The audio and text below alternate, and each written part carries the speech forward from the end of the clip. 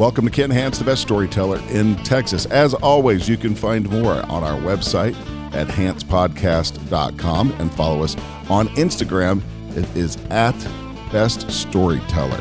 And we encourage you to go back through our library of episodes. There's some great content there for you to listen to. I know a lot of people like to listen while they're on a road trip. In fact, we heard from someone last week that was making a road trip from Lubbock down to Austin and listened the entire way. Yep. And went back and listened to a few of the old ones. Right, and really enjoyed it. Why don't you get us started with the saying of the day? Saying of the day, Dean Smith, one of the greatest basketball coaches of all time, said that a mistake, what do you do with it? You recognize it, you admit it, you learn from it, and you forget it. And the most important thing is to forget it. And in basketball, he always said that if you have a player that can't let the thing go, they never will be a great player. They've got to be able to recognize it, learn from it, admit it, and most of all, forget it. Gets back to my old saying that I used at the first one time about mistakes and problems. Bury the dead and move on.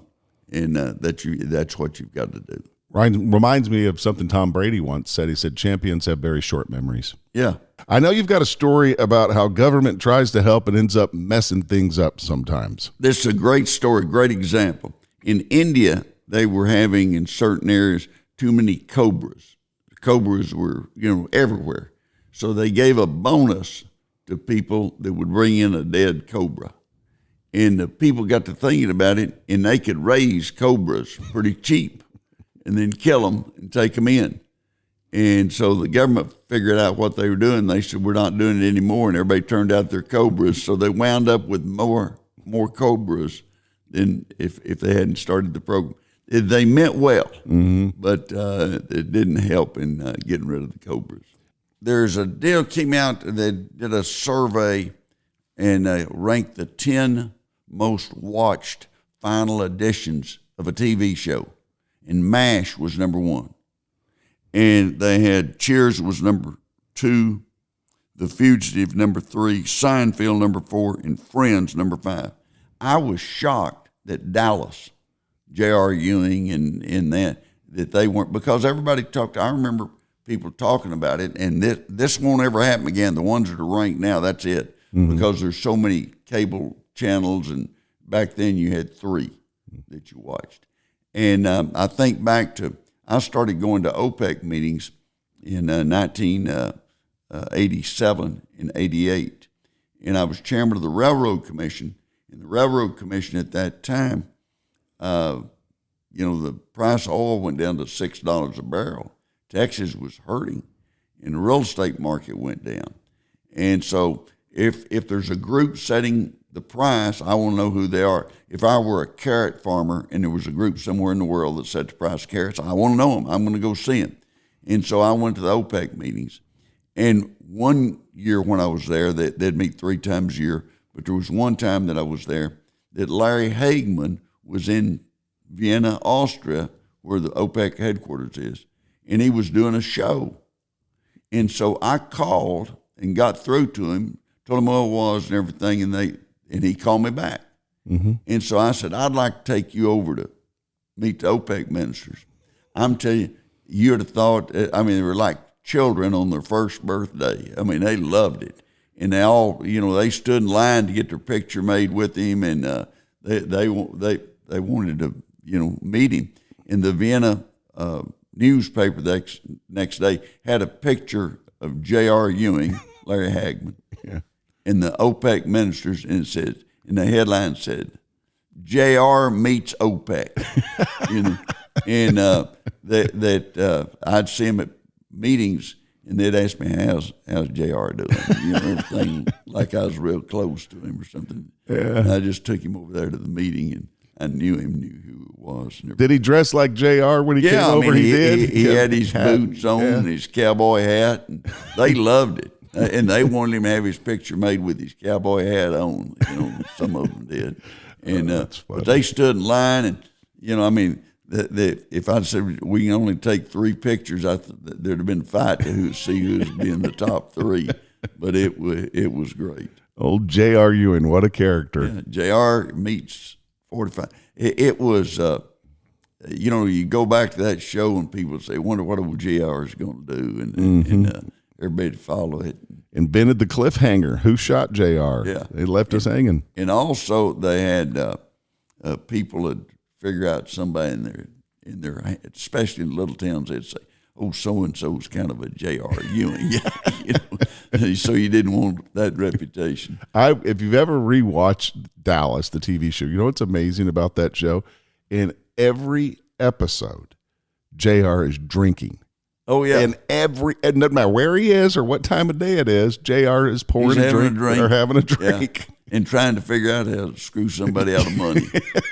He was good at it. Hey, JR and RH would have been, they would have been buds. Yeah. Or they'd have been killing each other. Right. They'd try to figure out how to screw one another. Yeah. That's funny. That's a great story. The leaders of the OPEC wanted to meet JR. Yeah, I asked him. I told him I was going to bring him. Yeah, bring him by. They wanted to get a picture made. Oh, that's great. Yeah. That's funny. There's a study came out about what you can wear to church. When I was growing up, I always wore a suit or coat and tie to church. And now most churches, they're very casual.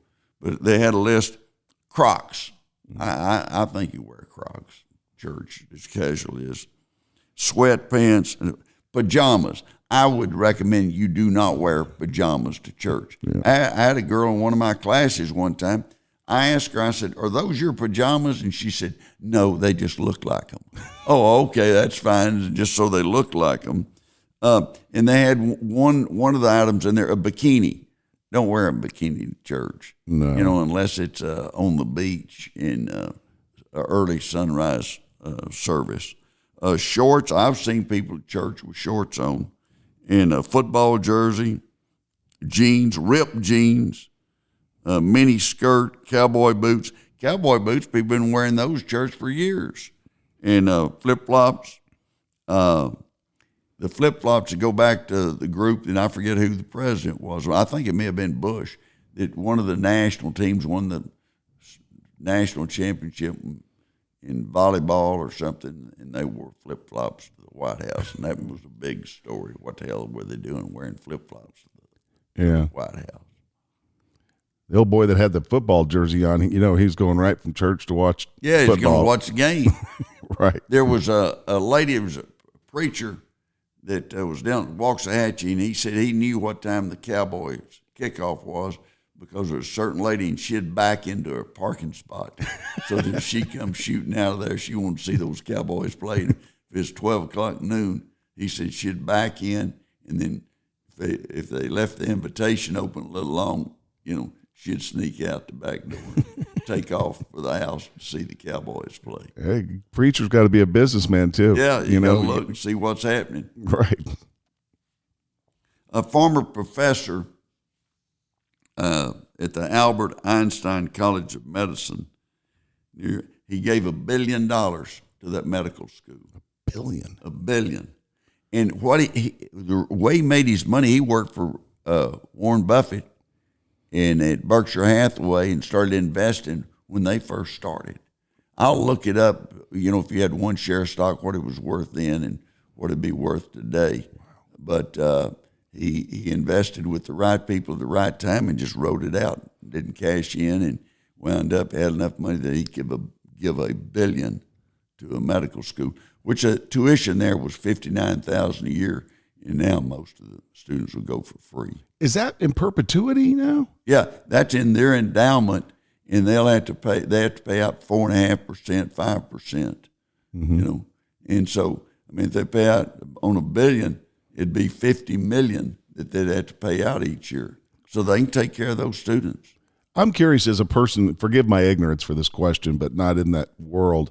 When a university receives a donation of that size, is it a surprise to them, No. or is it they're planning? Or rare would it ever be a surprise. Okay. You've got to work for it. I always said that each visit's worth another zero. So they knew that money was coming. Yeah, they knew something was coming. Yeah. Anytime you're looking for something over $1 million, every once in a while you'll have somebody pass away. They gave you $100,000 or something like that. but most of the people are going to give $1 million or more. They'll talk to you because they'll want to know what you want to do with their money, and they'll have suggestions. I want my money to be able to do this, and do that, and give a scholarship. I told John Monford one time I'd give a presidential scholarship to anyone from Dimmitt that made 1,400 on the SAT. And he called me back and said, "We got to check it. Nobody from Dimmitt's ever made a 1,400." Money's safe. So I said, "Well, maybe other counties, if they don't." And then after I got to Tech, there was a kid that had a 1,450, and so he got the scholarship. Do you recall when you were the chancellor what the biggest surprise was in donation? I mean, off the top of your head. Well, I think the biggest donation we had was from Paul Foster, who was a refinery business in El Paso. He's been very generous to Baylor, to University of Texas, and Texas Tech, and he gave us $50 million for the medical school in El Paso, and that's a huge gift. Yeah, it really set the medical school in a great position. They went out and recruited the top researchers in disease and what causes disease. That's the one I told you about. We had a reception honoring them and recruiting them, and a county commissioner asked him, "So what do y'all do?" And I told him, "Well, they research diseases." He patted him on the back and said, "You came to the right place. They don't have it in Juarez. We'll have it over here." So thank you. Appreciate your help. That's funny. Saying of the day is from Dean Smith, and he said, "What to do with a mistake, admit it, learn from it, and handle it and forget it. The most important part of it is forget it. Bury the dead and move on. Go on to the next event. Don't sit there and worry about that mistake."